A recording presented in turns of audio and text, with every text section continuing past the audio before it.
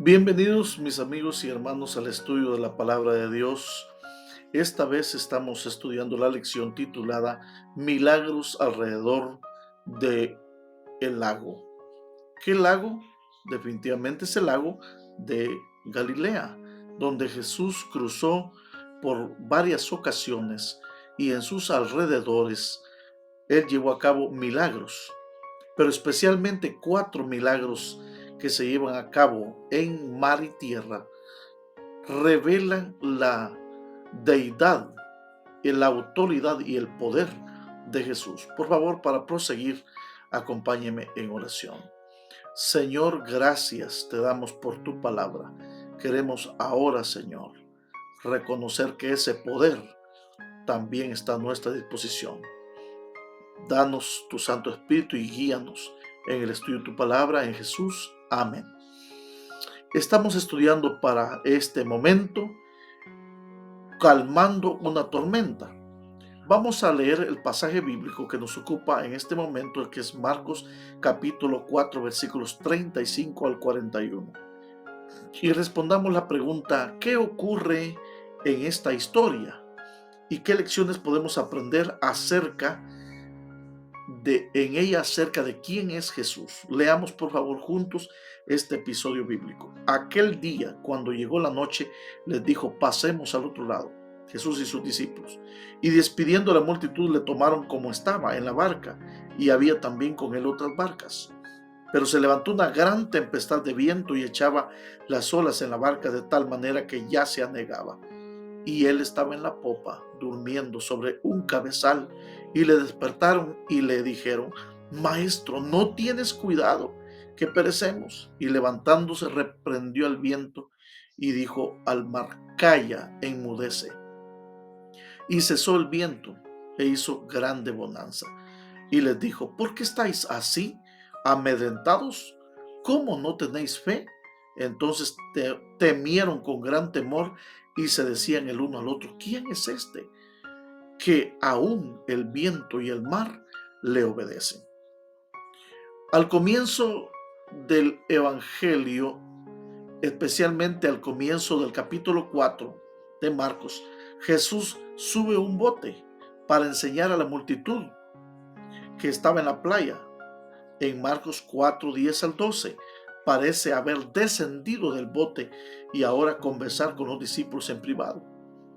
Ahora, tras un largo día de instrucción, Jesús y sus discípulos toman consigo ese bote como estaba, de acuerdo al versículo 36, y deciden entonces ir al otro lado del mar. Pero como el día ha sido muy cansado, Jesús baja a dormir. Ahí sobre la superficie mullida estaba tal vez en la popa del barco. Una gran tormenta se desata en el lago y el bote corre peligro de naufragar cuando los discípulos despiertan a Jesús, quien drásticamente ordena al viento y a las olas que cesen, y una gran calma se apodera de ese lago. Es comprensible que los discípulos tuvieran tanto temor y profundamente temor semejante a semejante manifestación de poder divino. Lo que llama poderosamente la atención es que estos discípulos eran mayormente pescadores y estaban acostumbrados a naufragar o a bregar, a caminar o navegar sobre el mar de Galilea. Sin embargo, esta tormenta es inusitada, una tormenta sin igual. Entonces, es interesante. ¿Qué es lo que sucede aquí? Una tormenta sobrenatural coge el mar de Galilea y los discípulos están tratando de perecer por el miedo. Y Salmo 104, 1 al 9, ¿cómo se asemeja la descripción que Jehová hace aquí con la acción de Cristo de calmar la tormenta? Aquí dice: bendice alma mía a Jehová. Jehová Dios mío, mucho te has engrandecido, te has vestido de gloria y de magnificencia, que extiende los cielos como una cortina, que se cubre la luz como de vestidura y que extiende los cielos como una cortina, que establece en los aposentos entre las aguas, el que pone las nubes por carroza, el que anda sobre las alas del viento. el que hace a los vientos sus mensajeros y a las flamas de fuego sus ministros. Él fundó sobre la tierra sus cimientos, no será jamás removida. Con el abismo como un vestido la cubriste. Sobre los montes estaban las aguas, a tu reprensión huyeron. Al sonido de truenos se apresuraron, sobre los montes descendieron los valles, al lugar que tú los fundaste. Les pusiste término al cual no pasarán ni volverán a cubrir la tierra. Esta historia registrada en Marcos 4:35 al 41 armoniza con el patrón común en la Biblia de una teofanía. ¿Qué es una teofanía? Una teofanía es una aparición de Dios o de sus ángeles. Estos eventos tienen comúnmente 5 características que vale la pena mencionar. La primera de ellas es la demostración de un poder divino. El segundo es temor humano. El tercero es la exhortación, no temas. La cuarta, las palabras de la revelación por la que Dios o el ángel aparecieron. Y en quinto lugar, la respuesta humana a la revelación. 4 de las 5 están presentes en esta historia. La acción de calmar la tormenta es la acción o es la demostración del poder divino de Jesús. El miedo de los discípulos es el componente correspondiente al temor humano. Y la pregunta, ¿por qué están atemorizados? Es el no temas. No deben de temer. Y la pregunta de los discípulos, ¿quién es este?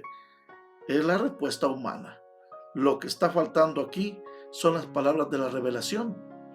Este detalle faltante juega un papel dentro del tema o motivo teológico de revelación secreto que recorre todo el libro, donde la verdad acerca de Jesús finalmente emergerá. La pregunta de los discípulos, ¿quién es este que aún el viento y el mar le obedecen?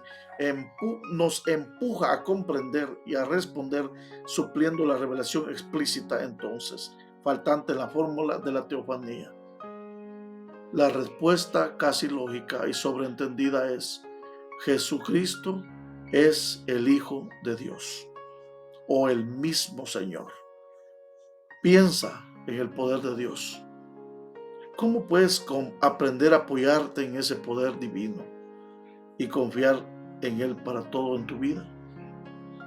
El poder sobre los discípulos se hizo presente cuando estos ya no podían hacer nada. Hicieron todo lo que podían. Todas las pericias se llevaron a cabo ahí, de los buenos pescadores que eran. Pero Él se levantó y reprendió el viento y ordenó al mar: silencio, cálmate. Y el viento se calmó y todo quedó completamente tranquilo, dice la Nueva Versión Internacional. Marcos 4:39. Bueno, había sido un día cansado, agotador. Jesús cayó en sueño profundo mientras viajaban a la otra orilla del lago. Se levantó un fuerte viento que se hizo peligrar las barcas que viajaban. Los discípulos, desesperados, despiertan a Jesús y tranquilamente hace callar el viento. Este pasaje sigue el patrón común de la revelación de Dios. Repasemos. La revelación de Dios aparece como una demostración de poder, temor humano. No temas, revelación o mensaje y respuesta humana. Estos 5 elementos aparecen también en el episodio de Marcos 4:40 al 41. Dijo al mar: calla, enmudece. Esa es la demostración de poder. Temieron con gran temor. Ese es el temor humano o la demostración de temor humano. ¿Por qué estáis amedrentados? Esa es como quien dice: no temas. La revelación, el mensaje: ¿cómo no tenéis fe? En otras palabras, si nos preguntáramos cuál fue el propósito de que sucediera ese episodio, para acrecentar la fe, la confianza de los discípulos de Jesús.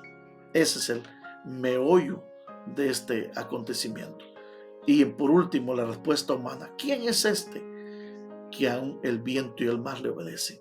Y la respuesta casi ínfima es: este es el Señor mismo, es Jesucristo, el mismo Señor. Mis hermanos, confiemos en el poder divino cuando el poder humano fracasa. Permitamos que el que calmó la tormenta calme también las tormentas de nuestra vida. Que cuando a Él clamemos, el soberano se parará en medio de la tormenta, levantará sus manos al viento y dirá: cálmate. Dios es poderoso y tiene el poder para lograrlo en nuestras vidas. Oremos. Señor, gracias porque eres soberano, todopoderoso, y estás dispuesto a vencer la tempestad que afecte a tus hijos. Gracias por acompañarnos y darnos esta esperanza en Cristo Jesús. Amén.